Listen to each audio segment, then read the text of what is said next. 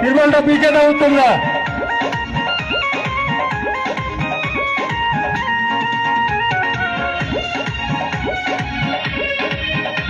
সামনে চলে আসো মা মাসিরা, সামনে চলে আসো, দূরে থাকলে ভাল লাগবে না, সামনে এসো, কাছে এসো।